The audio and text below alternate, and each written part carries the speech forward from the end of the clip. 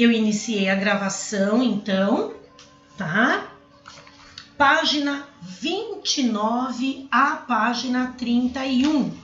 Vamos lá? Correção. Primeiro exercício. O núcleo interfásico eucariótico apresenta um envoltório poroso que funciona como uma barreira entre o material nuclear e o citoplasma. Qual é a função dos poros presentes no envoltório nuclear? Esses poros possibilitam a troca de material com o meio de dentro do núcleo para o citoplasma, né? Como nucleotídeos, RNA, proteínas, né? Então, a função é a troca de materiais entre o núcleo e o citoplasma, ok?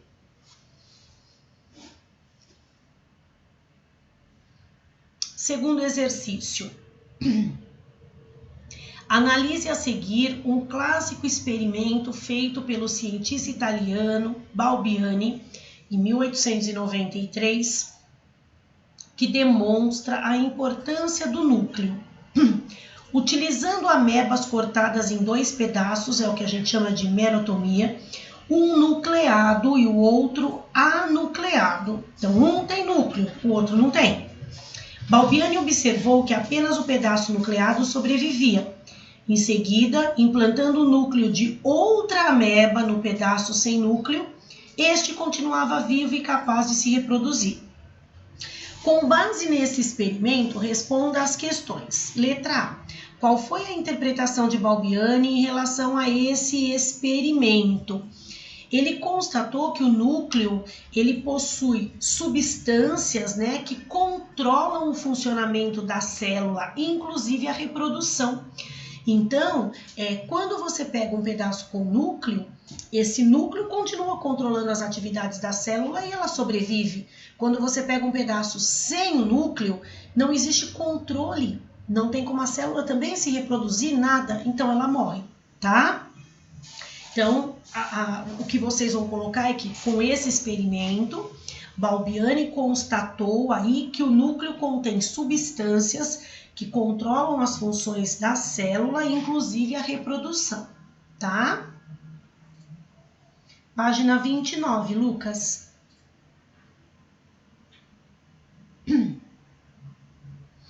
Letra B. Por que o fragmento anucleado morreu?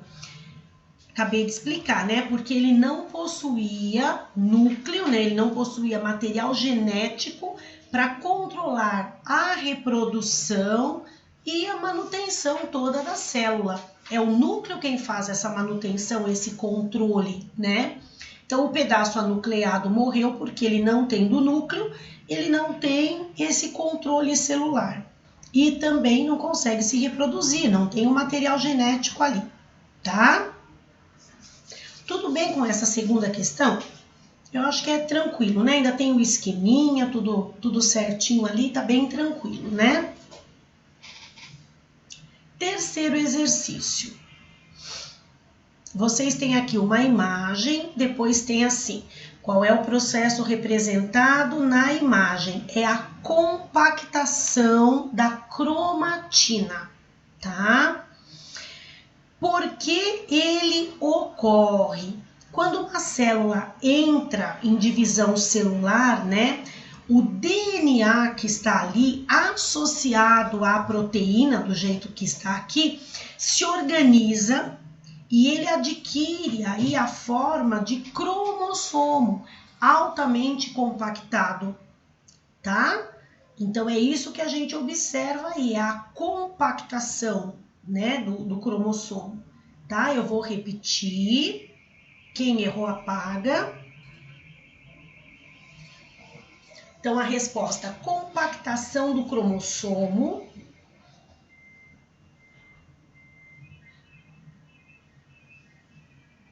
Compactação do cromossomo, ponto. Ao entrar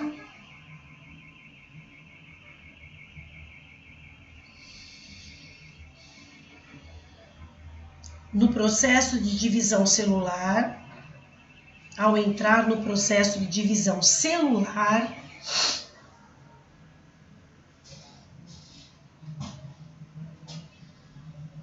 o DNA associado a proteínas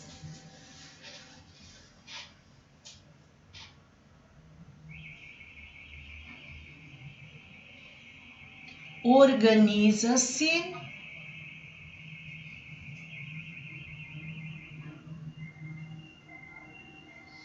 e adquire a forma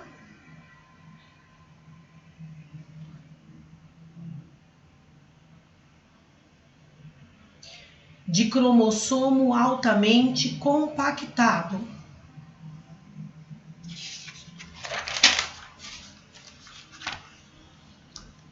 Certo? Letra B. Considerando o ciclo celular, como é possível diferenciar cromatina de cromossomo? Na verdade, a cromatina e o cromossomo eles são encontrados em fases distintas, né? Na interfase ou interfase e na divisão celular, respectivamente. Desculpa. Então, a cromatina é encontrada na interfase. O cromossomo é encontrado na divisão celular.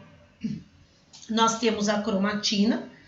Quando a célula vai começar a se dividir, essa cromatina fica volumosa, né? Fica plumosa, digamos assim, aumentando demais o seu volume e se transformando em cromossomo, ok? Então, a resposta é essa. Cromatina e cromossomo aparecem em fases distintas. A cromatina na interfase, cromossomo na divisão celular, ok?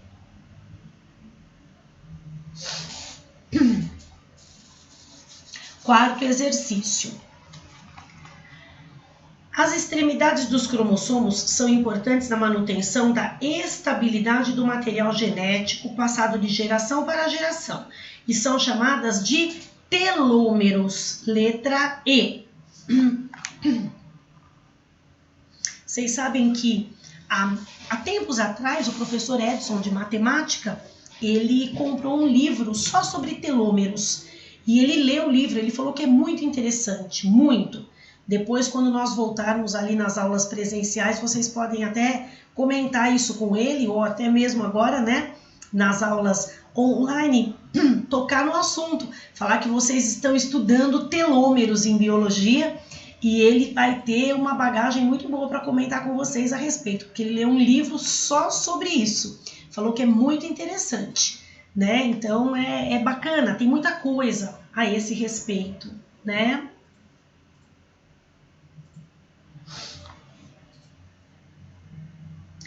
Quinto exercício. A micrografia a seguir mostra o núcleo de uma célula de mamífero em que é possível identificar o corpúsculo de Barr.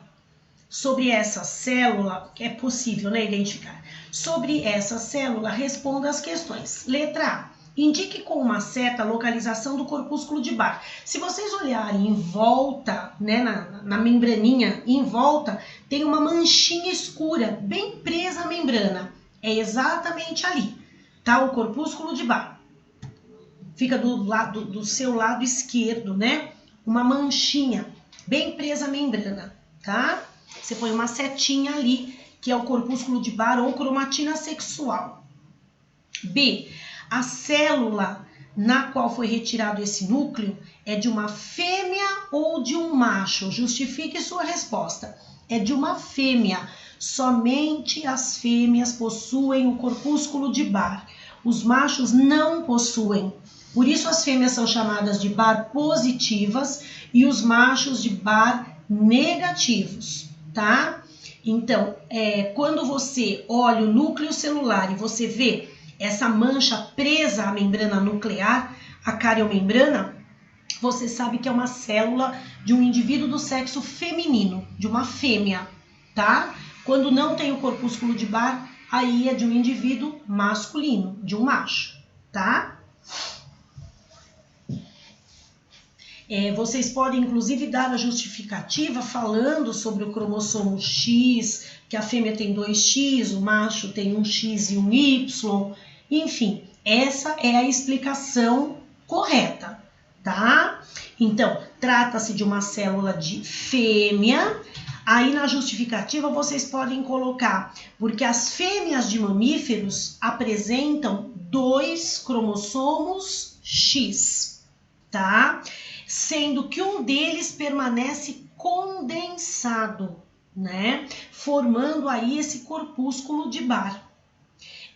Os machos, eles não apresentam essa estrutura porque eles têm apenas um cromossomo X, o outro é o Y, né? E esse único cromossomo X que ele tem, ele se mantém desenrolado, né? Não vai ter aquele volume todo, tá certo? Então essa é a explicação correta. É de uma fêmea, porque a fêmea tem 2 cromossomos X. E um deles permanece condensado, permanece volumoso. É onde aparece a mancha. Como o macho só tem um X e esse cromossomo X, ele se mantém desenrolado, ele não fica volumoso. Então ele não aparece, tá bom?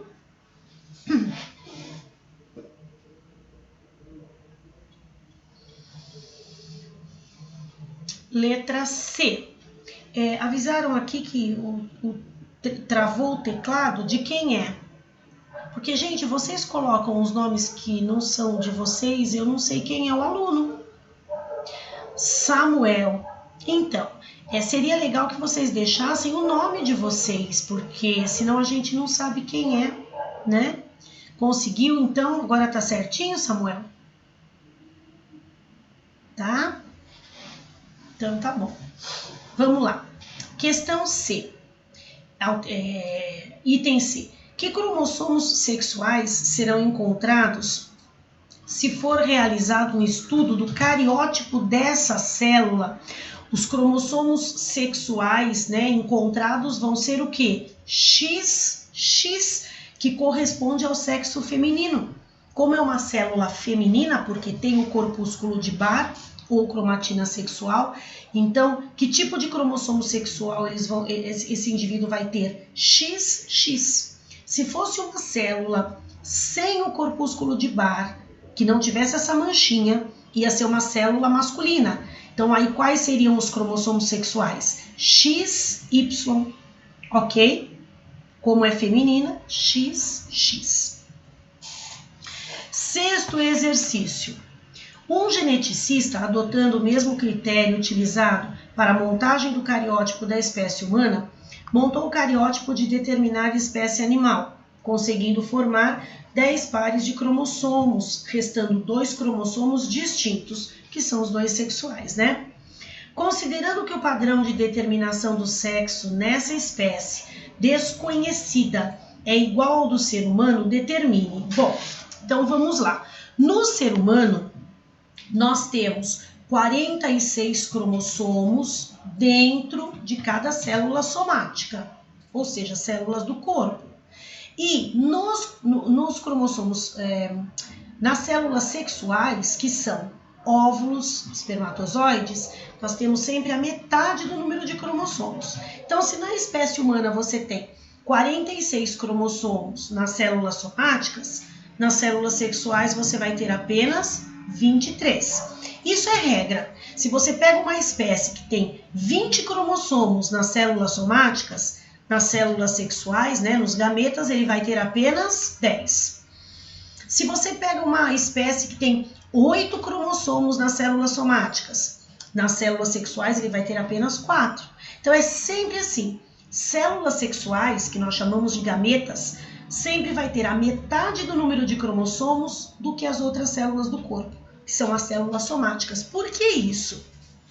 Porque os gametas, as células sexuais, se juntam, os núcleos se fundem na hora da fecundação. Aí o que acontece? O número de cromossomos das duas células se une, formando a célula ovo ou zigoto, que vai dar origem ao novo ser. Então, para que o número de cromossomos de uma espécie se conserve, é necessário que os gametas tenham a metade. No caso do ser humano, o óvulo tem 23, o espermatozoide tem 23.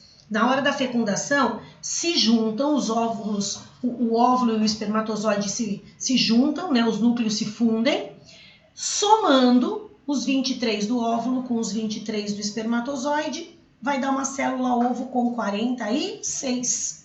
E essa célula ovo vai se dividindo, formando células iguais, né?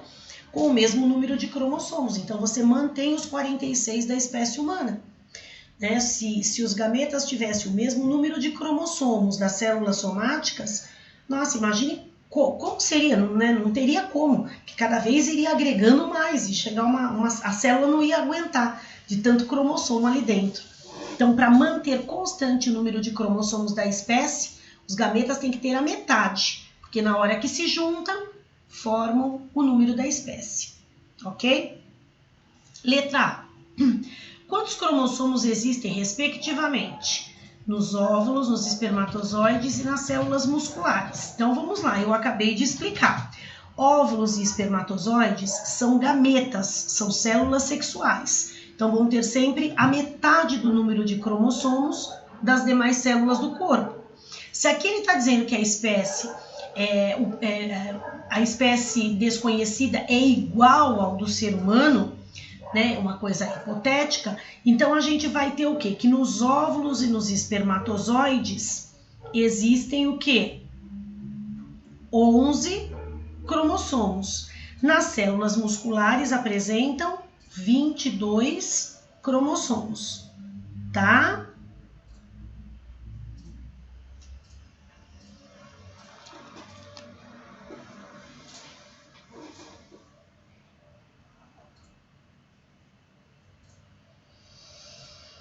B. O sexo a que pertence o animal da espécie humana em questão, justificando sua resposta. Sexo masculino, porque os 2 cromossomos restantes ali, né, os sexuais, eles têm tamanhos diferentes. Então, um vai ser o X, outro vai ser o Y.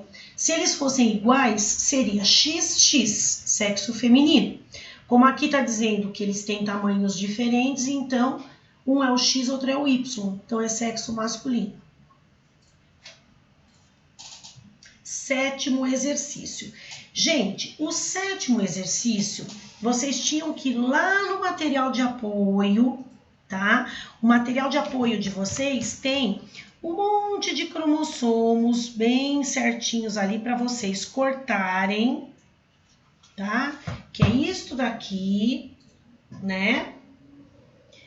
Página toda aí com os cromossomos, não tá saindo legal aí, né, na câmera, mas tudo bem, dá para vocês saberem.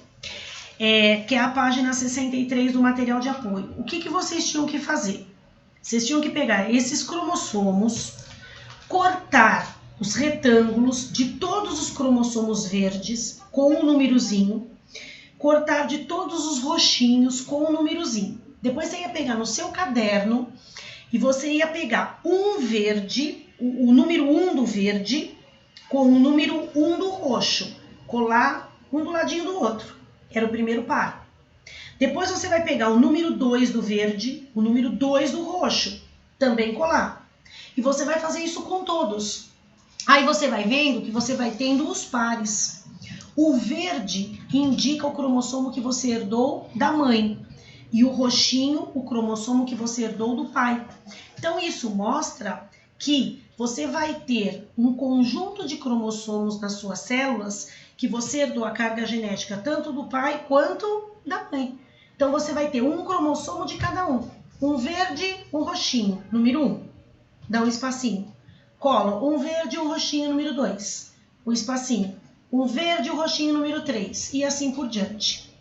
Tá certo? Aí você vai ter o quê? O cariótipo, ou seja, o conjunto de cromossomos do indivíduo. Isso é para ser feito no caderno. Aí depois tem lá algumas questõezinhas. Os alunos que não fizeram esse exercício, anota aqui a resposta, ou de repente eu acho que é até melhor a gente, não sei, vocês acham melhor a gente corrigir e depois vocês fazem a colagem? Alguns alunos devem ter feito, outros não, né? Então, de qualquer forma, eu vou passar para vocês. Quem não fez a colagem, faça, para entender o porquê do o que está dando aqui. Então, letra A. Quanto à posição do centrômero, identifique 3 exemplos de cromossomos metacêntricos.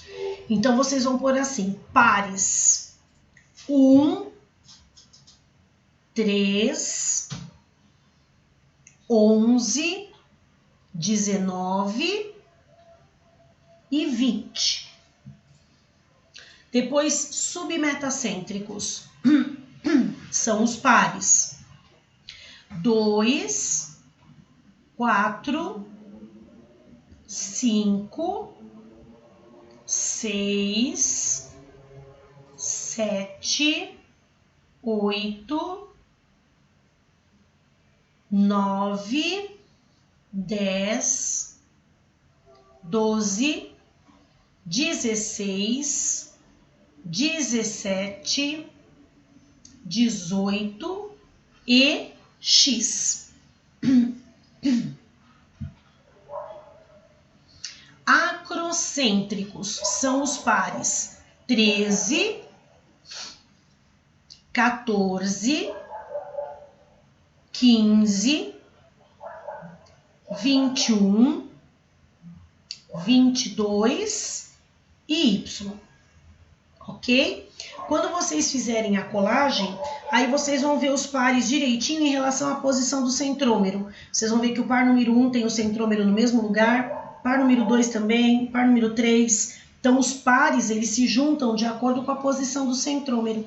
E aí vocês vão ver qual é o par que tem o centrômero bem no meio, o metacêntrico. Você vai ver quais são esses pares. Qual é o par que tem o cromossomo um pouquinho deslocado, submetacêntrico, vai ver quais são os pares. É isso que é para fazer. Então, quem não fez a colagem não conseguiria fazer isso daqui, tá? B. Analisando o par de cromossomos sexuais, o embrião que se formará será menino ou menina. É o menino, porque o par sexual, que é o último par de número 23, né? Ele tem cromossomos de tamanhos diferentes. Então, isso significa que um é X e o outro é Y, certo? Tudo bem? Questão C. O que aconteceria se mais de um espermatozoide entrasse no ovócito no momento da fecundação? Quais seriam as consequências de uma alteração no número de cromossomos do indivíduo? O número de cromossomos da espécie ficaria maior que 46, impedindo o desenvolvimento do embrião. Então, quando você tem um óvulo, apenas um espermatozoide entra nesse óvulo e os núcleos se fundem, tá? Se 2 entrarem, um deles fica inutilizado, tá? Não tem como você ter os 23 do óvulo, mais 23 de um espermatozoide, mais 23 do outro. Essa célula ovo iria se originar com um número muito diferente de cromossomos e não iria sobreviver, tá? Não iria acontecer nada, tá? Então, o número de cromossomos da espécie ficaria maior que 46, impedindo o desenvolvimento aí do embrião. Essa é a resposta, tá? Oitavo. Por que células com grande atividade de síntese de proteínas apresentam mais de um nucleolo ou seu volume é maior que em outras células? Isso acontece porque o nucleolo ele está envolvido na formação aí dos ribossomos, né? Que atuam na síntese de proteínas realizada pelas células, ok? Tudo bem, gente? Muito bem. Vocês têm aí um texto que é o Biologia em Foco. Eu não pedi para vocês fazerem nada com esse texto, mas eu acho interessante vocês lerem, tá? Como um acréscimo aí ao conhecimento, né? Em relação ao conteúdo, né? Caio, você quer que repita a oitava? Claro, pois não. Coloca assim, isso ocorre porque, estou repetindo a número 8. Isso ocorre porque o nucleolo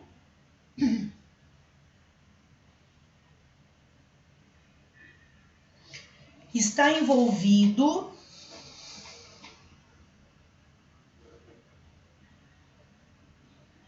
na formação dos ribossomos.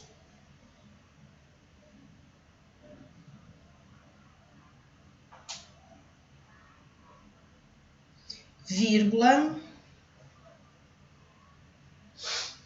que atuam na síntese de proteínas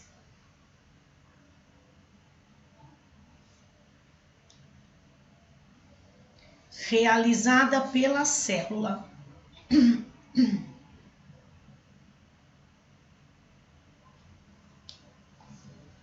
Certo?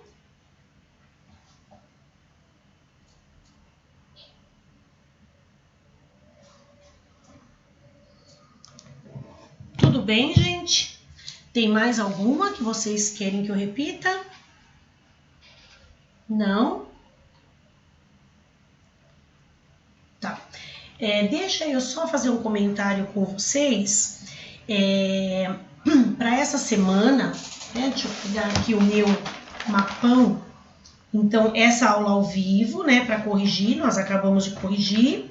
Vou agora, assim que eu encerrar a gravação, eu vou abrir para as dúvidas, para a gente esclarecer dúvidas. Depois vocês têm um roteiro, que é o LIP, página 32 e 33, do exercício 1 ao 8, que vocês vão fazer. Aí, na quarta-feira, depois de amanhã, nós vamos corrigir em aula ao vivo, página 32 e 33, tirando dúvidas, né? Depois vocês vão ter livro de atividades, vários exercícios aí para vocês fazerem, certo? Isso para essa semana. Então, a gente vai trabalhar exercícios dessa parte de núcleo e tudo mais. Do conteúdo, né, que nós já estudamos. Só vou dar um recadinho para vocês já se situarem. Alguns alunos me perguntaram via Skype se tinha que mandar atividade, fotografar a atividade e me mandar, e eu falei que por enquanto não, que quando eu fosse dar alguma coisa valendo ponto, vocês iam ser avisados, certo? Para a semana que vem, é o roteiro que vocês vão receber ainda lá no finalzinho dessa semana, tá? Para a semana que vem, vocês vão ter atividades valendo ponto, tá? Então, fiquem atentos para essa semana, não, para a semana que vem, tá? Vocês vão ter atividade em folha anexa, que vocês vão ter que imprimir, fazer, fotografar e me mandar. E vocês vão ter trilhas do Positivo On, que serão liberadas, quer dizer, eu já liberei as trilhas ontem, né? Vocês vão ter aí trilha que vocês terão que fazer, porque eu vou considerar ponto também, tá certo? Então, para a semana que vem, vai ter folha anexa com exercícios, fazer, fotografar e me mandar, tá? E vocês vão ter aí também trilhas do Positivo On, que eu já liberei, porque essas trilhas têm a parte de citoplasma, que nós já vimos, e a parte de núcleo que estamos vendo agora. Estamos terminando também, tá certo? Então, semana que vem vai ter atividade valendo ponto. Cuidado para não deixar de fazer. Essa semana ainda não. As trilhas, na verdade, já estão liberadas, tá? Se alguém quiser antecipar, pode antecipar, porque é um conteúdo que nós já estudamos. Critério de vocês. Mas vai estar no roteiro para a semana que vem, tá? Eu só estou esclarecendo isso porque alguns alunos me perguntam sempre, né? Ah, professora, tem que fotografar tal lição? Tem que te mandar? Então, por enquanto não. Mas a semana que vem vai ter sim, tá bom? Otávio, mas e se não tem impressora? Você faz o seguinte, então. Quando você recebe o roteiro, você recebe as atividades ali em anexo, tá? O que você pode fazer é o seguinte, você vai abrir o computador, você vai ver as questões, você vai pegar o seu caderno e você vai anotar as respostas, tá?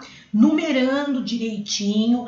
Só que aí, assim, eu aconselho que você faça um rascunho primeiro, depois você pega uma folha certinho, bonitinho, põe seu nome, número, série, escreve atividade de biologia, coloca o número e a resposta, e faça a caneta para ficar visível para mim. Aí você tira uma foto dessa folha de respostas e me manda, tá bom? Quem não tiver impressora faz isso, tá? Só que tem que me mandar uma coisa escrita de forma legível, a caneta, as respostas precisam estar a caneta, tá? Para eu enxergar direito, que às vezes o aluno faz a lápis, na hora que ele tira a foto pegou um reflexo, eu não vou enxergar. Então, quando você tirar a foto para me mandar, você tem que se certificar que essa foto tá direitinho, não deu reflexo, que eu vou conseguir enxergar o que tá escrito.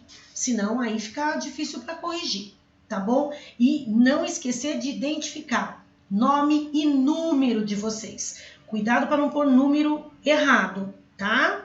Tudo bem?